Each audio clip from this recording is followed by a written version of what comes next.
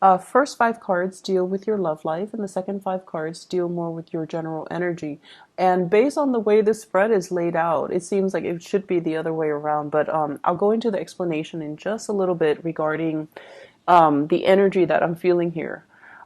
First of all, let's talk about your love life here. We have the Seven of Cups, and the Seven of Cups is usually internet-based types of dating, the fantasy, wondering what could be, and kind of imagining and fantasizing about what it would feel like to date a specific person. Okay, and so the Seven of Cups energy, it's very romantic, it's very ethereal, it's very like contemplative, and it's very speculative. So I feel like many of you are at a point where you're either on social media, on dating websites, on Instagram, looking at pictures, looking at people that you find to be very attractive and wondering about, connections and trying to make connections and trying to reach out to them.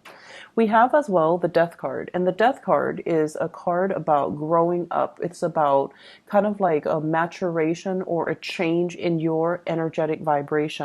So you're no longer at a point where you're fantasizing. I feel like you're reaching out, you're trying to make things a reality, and there is heavy communication between you and another person. Based on this spread, I feel like very strong Scorpio energy, and for some reason, Scorpio and Aries people are really magnetically drawn to each other.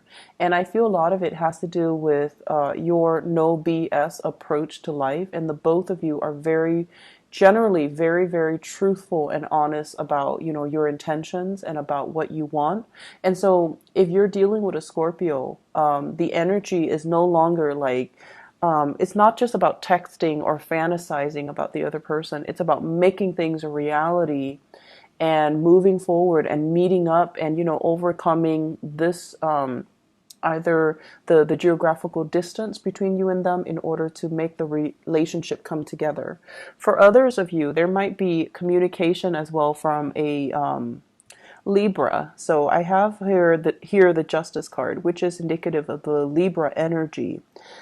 Libra is your polar opposite, okay? And Libras, a lot of the times, opposites attract because we recognize in the other person some things that we are lacking in ourselves. Libras are known to be very diplomatic. They weigh out the pros and cons of a situation.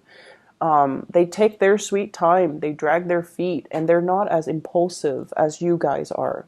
But at the same time, they lack the conviction to really stand up and go for what they really want. So there is an issue when it comes to timing here with the Libra. When you're feeling amorous, they might feel busy. They're like, no, I don't really have time to go on dates, or I don't really have time. I can't see you tonight, basically, okay, if you want me to spell that out for you. And then with the Scorpio energy, it's more like they're a lot more accommodating, and it seems as if the energy is very strong, the chemistry, the attraction is really strong here with the Scorpio, where even despite their busy schedule, they will still make the time to come see you. So I feel like the level of devotion, you have a lot more coming from the Scorpio rather than the Libran person. The Libra person might also have other options that they're looking at. So this is a card here about, giving their energy, time, and resources and love and affection possibly to two people. You could be the one doing this, choosing between the Scorpio and the Libra, or the Libran person can be the one doing this, where they are devoting their time between you and another person.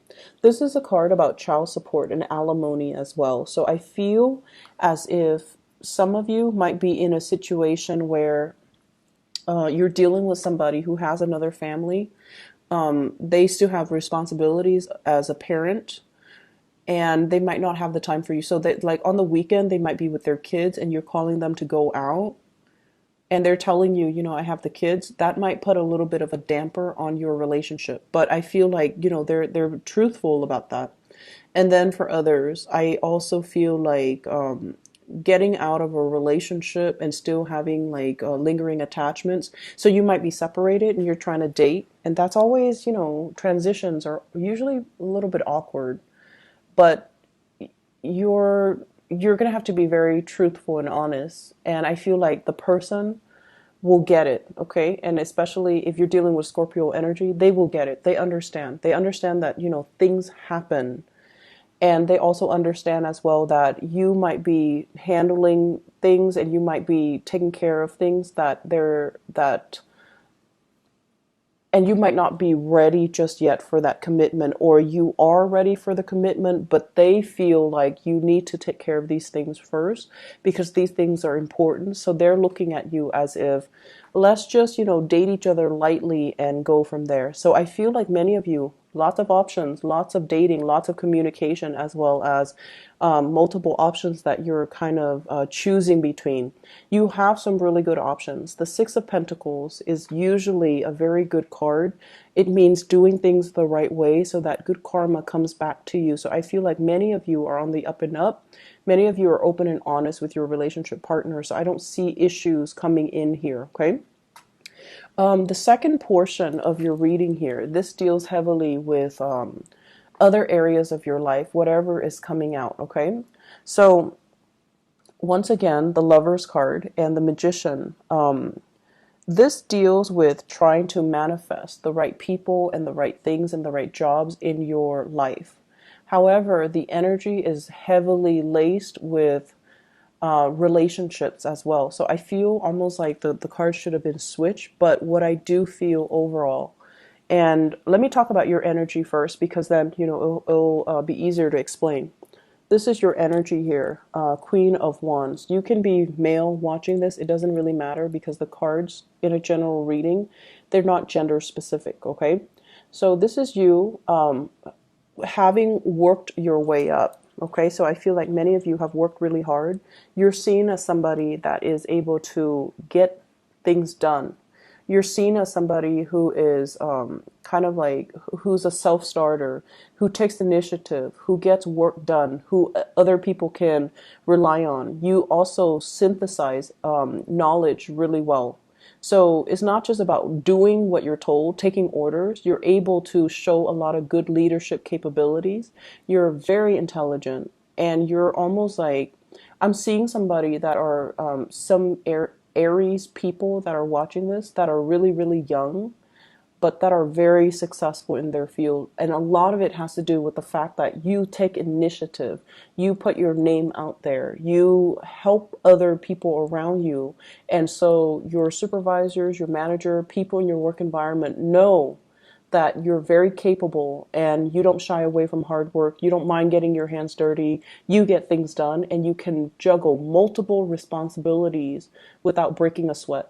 So I feel like many of you are very young but incredibly successful in your field. Okay. And I'm seeing here with the Magician, this is a big card about going to school, learning, getting the degrees, getting the diploma. And I would never dissuade somebody from going to school. I would never, if anything, I feel like education is one of the best investments that you can do for yourself. So many of you are at a major crossroads right now in your career. If you want to advance in your career with the Lovers, this is like crossroads choices. I feel like for many of you, you've worked your way up, right? Without needing that diploma, without needing that career, and you've made it, and you're at a point where you're very happy. Financially, things are really good for you, and you're managing possibly other people. You're very solid where you are. But in order for you to advance, you might have to go back to school. You might have to get that diploma. You might have to get that certificate, whatever it is, because it gives you credibility.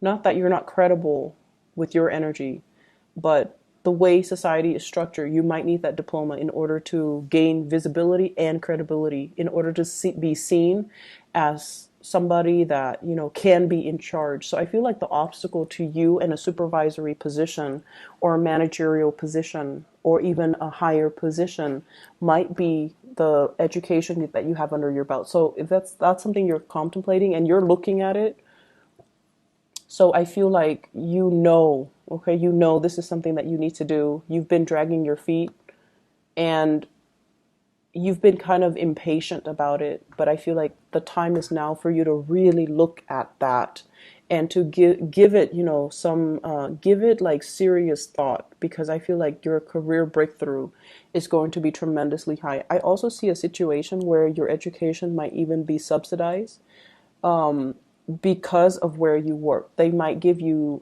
tuition reimbursement. They might subsidize your education so that you don't need to pay an arm and a leg for tuition. So really talk to human resources.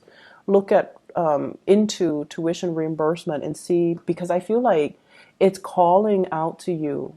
It's calling your name, or it's got your name on it. So if you go for it, you're going to receive financial assistance in the work environment. Okay, so that's just something to think about. Likewise, the first two cards here, we have the Knight of Cups and the Seven of Swords with the Lovers. I feel like there's a sneaky behavior in your work environment. And there are people that, they don't really deliver. They don't really work to their capacity. Calling out sick when they're hungover, for example. It's a matter of personal responsibility, right? Like, it's a Sunday night, you have work on Monday, so you probably shouldn't be out drinking. But I feel like there's somebody here in the environment where they're a little bit flaky, and they call in sick, and you as the supervisor or the person who's in charge of scheduling, that they're not technically sick. So do you give up this information to your supervisor, or do you just help them, like cover for them? You have very strong sense of loyalties to friends as well. A lot of fire signs do. But I also feel like you have a very low tolerance for BS.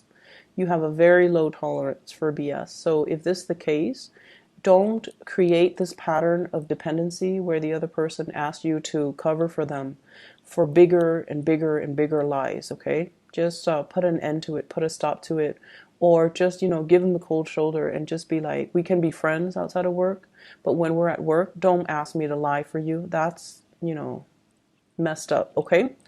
So I feel like there is a lot of the energy in the work environment. It's just a lot of young people, a lot of irresponsible antics that you have to contend with for this week.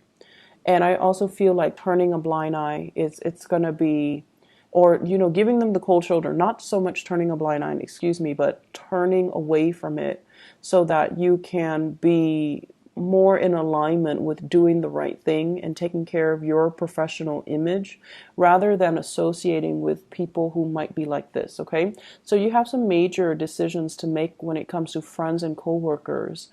Do I want to be seen as somebody who's righteous and, does things by the book? Or do I want to be dragged into this situation where people are being inappropriate at work, or friends are kind of conniving, backstabbing, and lying to each other? So really re-examine your friendships and your relationships for this week. All right, I'm gonna leave it at that. I just feel like there's a lot of communication between you and another person long distance, and I feel like there's a big sense of reciprocity, big sense of friendship, big sense of potential.